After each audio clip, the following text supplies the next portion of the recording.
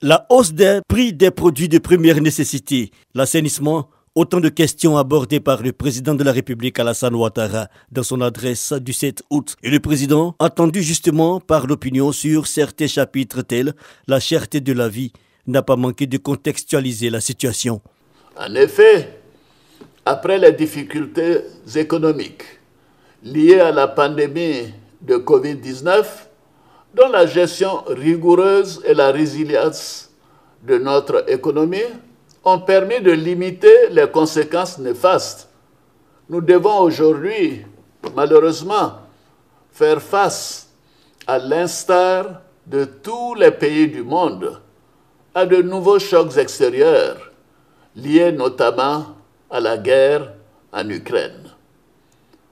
Mes chers compatriotes, chers amis de la Côte d'Ivoire, je comprends les difficultés quotidiennes que vous éprouvez face à la hausse des prix.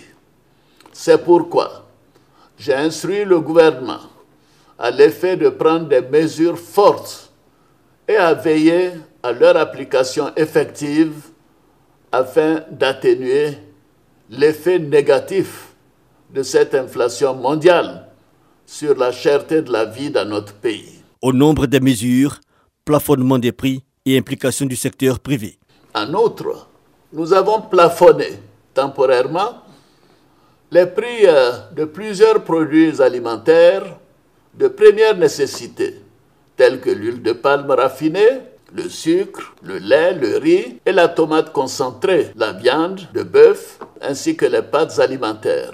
Par ailleurs, les récentes réformes adoptées par le gouvernement pour encourager le secteur privé à investir dans les filières alimentaires, notamment la production locale de riz, de manioc, de bananes plantain, de sorgho, de maïs et de soja, entraîneront une augmentation de l'offre de ces produits et en conséquence une réduction des prix de ces denrées.